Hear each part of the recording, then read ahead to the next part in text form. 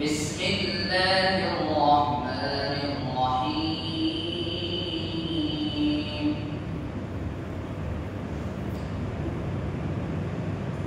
ألم تر إلى الذين قيل لهم كفوا أيديكم وأقيموا الصلاة وآتوا الزكاة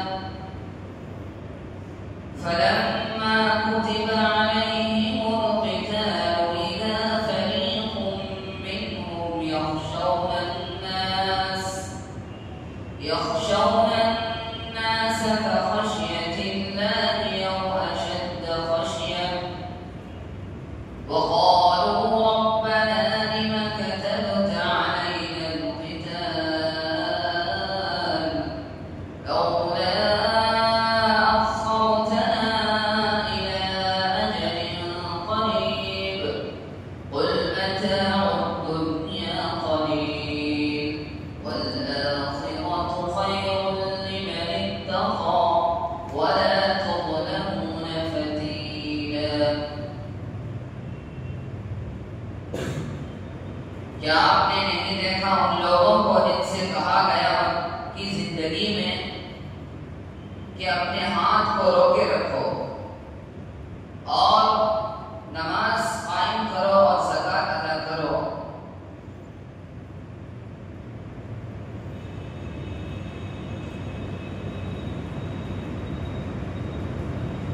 پھر جب ان پر جنگ فرض کر دی گئی تو انہی میں سے ایک جماعت نے لوگوں سے اس طرح ڈرنے لگے جیسے اللہ سے ڈرا جاتا ہے یا اس سے بھی زیادہ ڈرنے لگے اور ایسے لوگ کہنے لگے اے ہمارے رب آپ نے ہم پر جنگ کیوں فرض کر دی, ہم کو تھوڑی مدت تک اور مہلت کیوں نہیں دی. آپ کہہ دیجئے کہ دنیا کا فائدہ تھوڑا فائدہ ہے اور وہ شخص جو اللہ سے ڈرتا ہے اور اللہ کی اطاعت و فرما برداری کرتا ہے اس کے لیے آخرت کئی گنا زیادہ بہتر ہے اور داغے کے برابر بھی اس دن ظلم نہیں کیا جائے گا.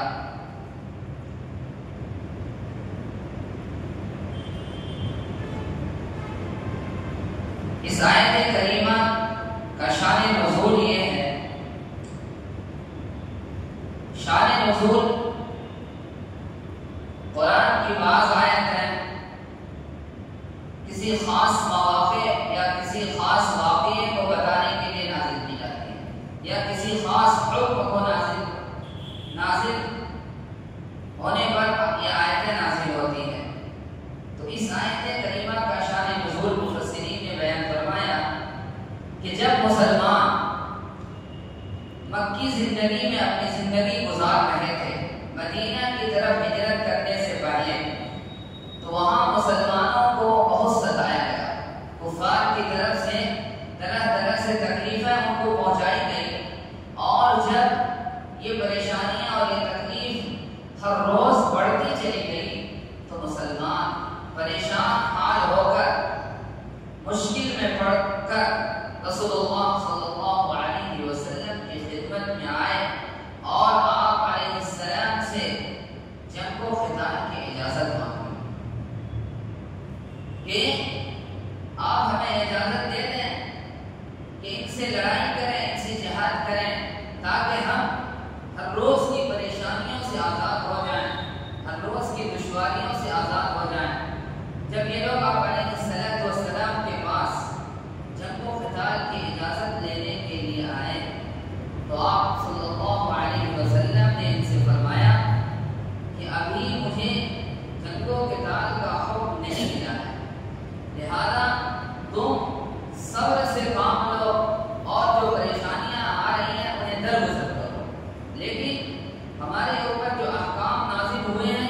وہ یہ ہیں اقیموا الصلاۃ وآتوا الزکاۃ, نماز قائم کرو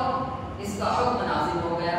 زکات ادا کرو اس کا حکم نازل ہو چکا ہے. لہذا اس حکم کو بجا لانے کی کوشش کرو اور جو حکم ابھی نازل نہیں ہوا ہے ان حکم کی تمنا مت کرو اور صبر سے اپنی زندگی گزارتے رہو.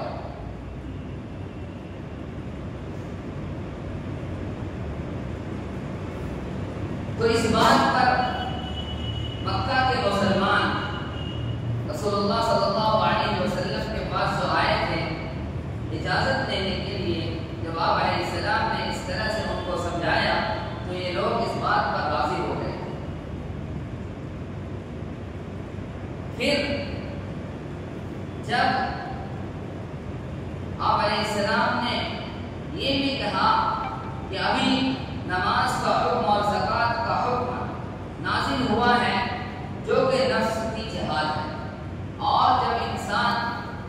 نفس سے پہلے جہاد کرتا ہے تو اور اللہ کے راستے میں ان کو جہاد کرنا آسان ہو جاتا ہے، اس لیے کہ نفس سے جہاد کرنا اور اللہ کے راستے میں مال خرچ کرنے کا عادی ہونا یہ ایک بڑا جہاد ہے۔ اگر یہ چیزیں نہیں ہوگی تو اللہ کے راستے میں پھر جنگ کرنا، مطلب قتال کرنا تمہارے لیے دشواری ہوگا۔ اس لیے ابھی تم کو نماز اور زکوٰۃ، اللہ کے راستے میں مال خرچ کرنے کا جو حکم آیا ہے اس پر عمل کرنے کی کوشش کرو۔ جب اللہ کے راستے میں قتل و قتال کا حکم آئے گا تو پھر اس پر بھی عمل کیا جائے گا۔ پھر ایسا ہی ہوا جب یہ مکہ سے مدینہ کی طرف ہجرت کر گئے، جب یہ ہجرت کا واقعہ پیش آیا اور مکہ سے مسلمان مدینہ کی طرف ہجرت کر گئے تو پھر مسلمانوں کے اوپر یہ آیت نازل ہوئی، فَلَمَّا كُتِبَ عَلَيْهِمُ الْقِتَالُ، تمہارے اوپر جہاد فرض ہو چکا، لہذا اب تم اللہ کے راستے میں قتل و قتال اور جنگ کے لیے تیار ہو جاؤ۔ یہ آیتیں نازل ہوئی تو کچے مسلمان جو ایمان کے کمزور تھے، بعض مفسرین منافقین کو بھی لیا ہے، لیکن بعض مفسرین نے کہا جو کچے ایمان والے تھے جب یہ آیت سنی تو انہوں نے ایک لطیف انداز سے شکوہ شکایت کیا کہ ہمارے اوپر ابھی قتل و قتال کیوں فرض ہو؟ ہم کو اللہ تعالیٰ تھوڑی سی اور مدت دے دیتے، تھوڑی اور مہلت دے دیتے، اس لیے کہ یہ جو انہوں نے شکوہ کیا یہ اس وجہ سے یہ شکوہ ہوا، یہ لوگ جب مکی زندگی میں تھے اور جب یہ لوگ اللہ کے رسول سے قتل و قتال کی مانگیں کی تھی، اب جب ان کو اللہ کی طرف سے اجازت مل گئی تو خوش ہونا چاہیے، لیکن خوش ہونے کے بجائے انہوں نے ایک شکوہ ظاہر کیا، ایک تمنا ظاہر کی تو مجھے کچھ اور مدت تک مہلت مل جاتی، جبکہ مکی زندگی میں انہوں نے اس کی تمنا اور خواہش ظاہر کی تھی،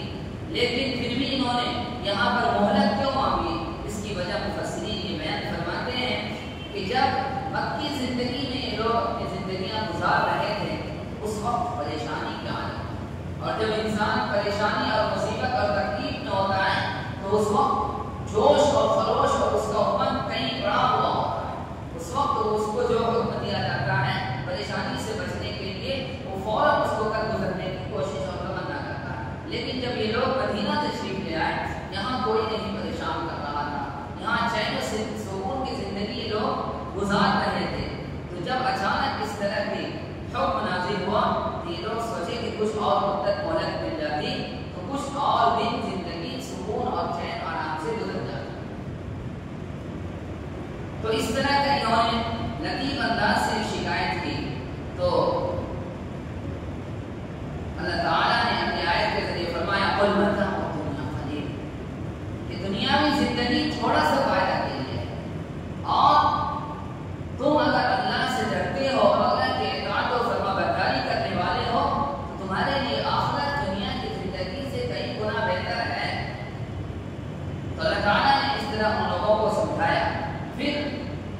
اگلی آیت سے یہ بات ثابت ہوئی اَيْنَمَا تَكُونُوا يُدْرِكْكُمُ الْمَوْتُ وَلَوْ كُنْتُمْ فِي بُرُوجٍ مُّشَيَّدَةٍ وَإِن تُصِبْهُمْ حَسَنَةٌ يَقُولُوا هَٰذِهِ مِنْ عِندِ اللَّهِ وَإِن تُصِبْهُمْ سَيِّئَةٌ يَقُولُوا هَٰذِهِ مِنْ عِندِكَ قُلْ كُلٌّ مِّنْ عِندِ اللَّهِ فَمَا لِهَٰؤُلَاءِ الْقَوْمِ لَا يَكَادُونَ يَفْقَهُونَ حَدِيثًا۔ یہ آیت کریمہ جہاد میں یا جہاد سے روکنے والوں کے لیے جو ایک شبہ تھا اس شبہ کو ازالہ کرنے کے لیے آیت کریمہ نازل ہوئی۔ علامہ ابن کثیر نے اس آیت کے پس منظر ایک واقعہ نقل کرتے ہیں۔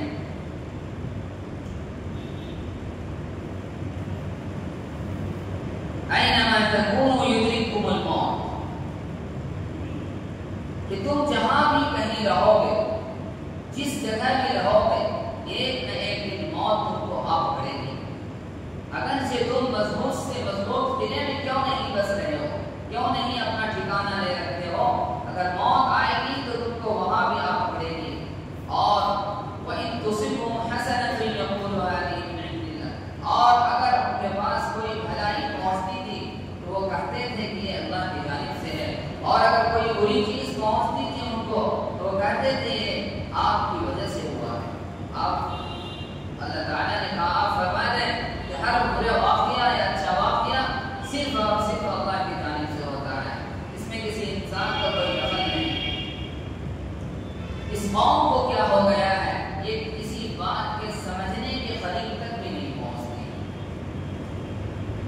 تو اس آیت کو اس شبے کے ازالے کے لیے بیان کیا جنہوں نے جہاد میں نہ جانے یا جہاد میں